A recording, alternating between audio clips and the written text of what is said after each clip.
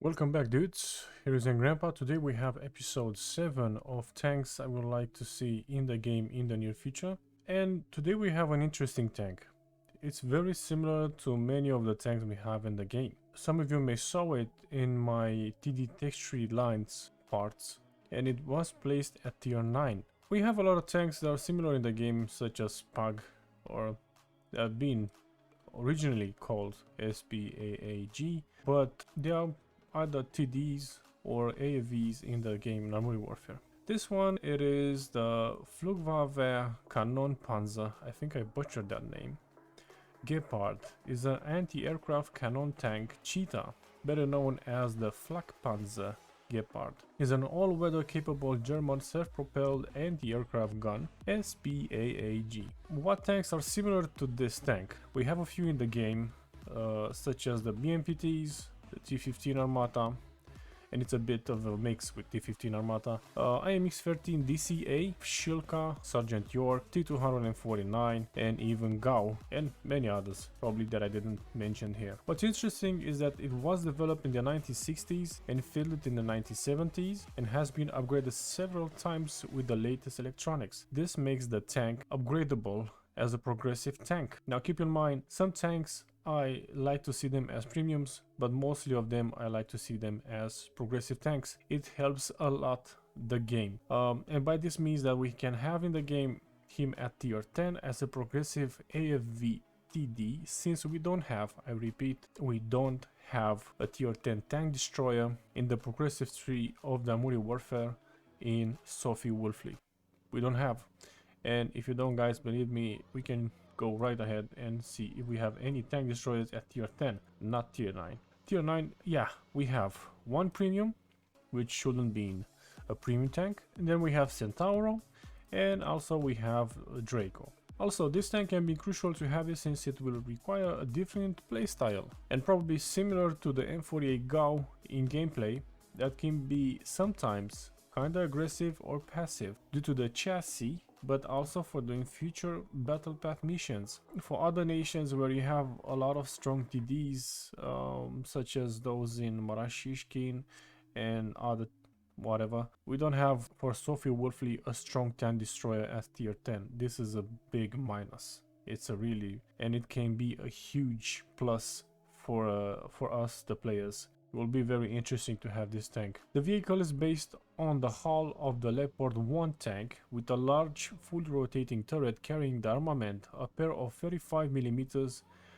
Oerlikon KDA autocannons, and the two radar dishes, a general search radar at the rear of the turret, and the tracking radar, a laser rangefinder, and the front between the guns. Each gun has a firing rate of 550 rounds per minute, which gives a continuous fire time of 37 seconds before running out of ammo. With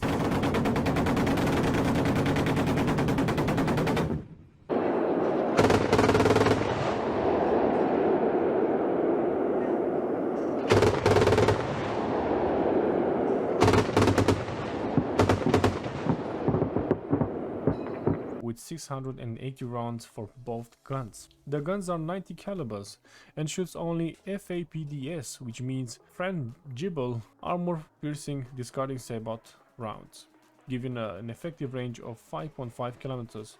Now, which tank in this game has this sort of ammunition? I make a bit of research among all the tanks that I have, but even those that I don't have as premiums, the premium ones, and only Shilka has this type of projectile.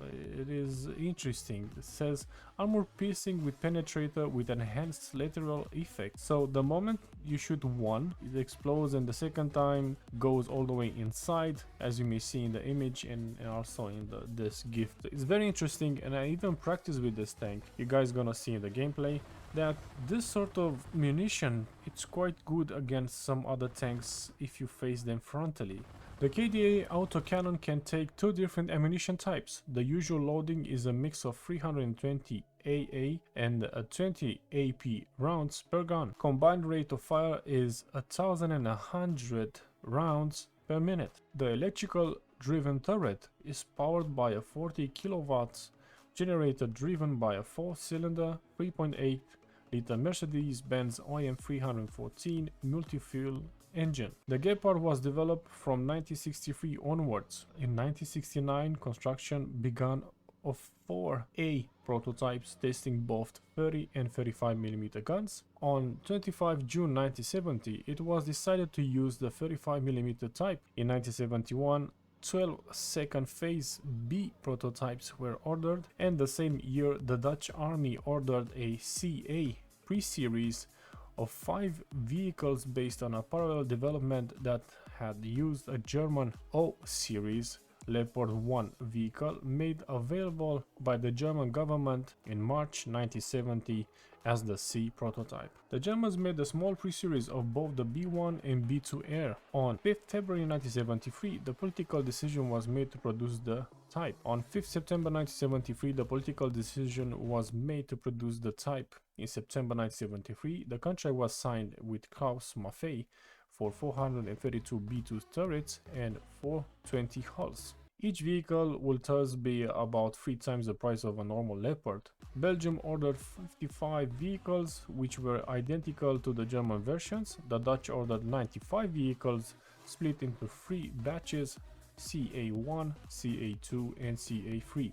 The Dutch versions was officially called the PRTL, Panzerhauptsteinluftteuren, translating to armored track against air targets, pronounced as Protel, meaning sputer, by the soldiers. The Dutch series version was made public through a photograph of vehicles from a CC company, the first to be equipped with the new weapon. In December 2020, it was announced that a license had been issued for the export of a total of 15 Gepard anti-aircraft tanks to Qatar. Furthermore, 4 automatic cannons, 30 tubes, 16,000 rounds of ammunition and 45 breech blocks will be delivered as spare parts. Apparently, the Emirates of Qatar plans to use the Gepard tanks during the 2022 World Cup to counter possible terrorist drones attacks. Now, there are some other tanks, as I said in the beginning, that are very similar to this tank, but there are also other tanks: K-30 Beho, Sergeant York,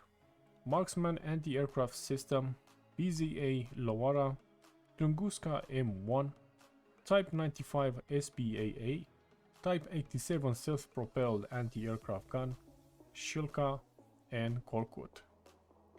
Now this tank can be very versatile and very similar to Shilka, and can be very similar to other tanks in the game that we have. Get more penetration with this FAPDS, and also to have penetration in the APFSDS or AP rounds. If we go now to tier 10, we can have a look that GAU has 190 penetration. So if we're gonna get in this game, it probably may be a version A or B, but probably not the version CA. They're too powerful for the tanks in the game, and they can be much powerful than even GAU in the battle. Where should be placed, as I said, Sophie Wolfley kinda lacks of TDs, and as you may see, we don't have any tank destroyer at tier 10. They're non-existent. Plus we have a lot of tokens, and I have, like some of you guys, we have a lot of tokens in our garage, which basically we cannot use them. They are not progressive tanks, and this tank can be very useful for us in the battle, in doing missions. It's very disappointing sometimes, but it is what it is.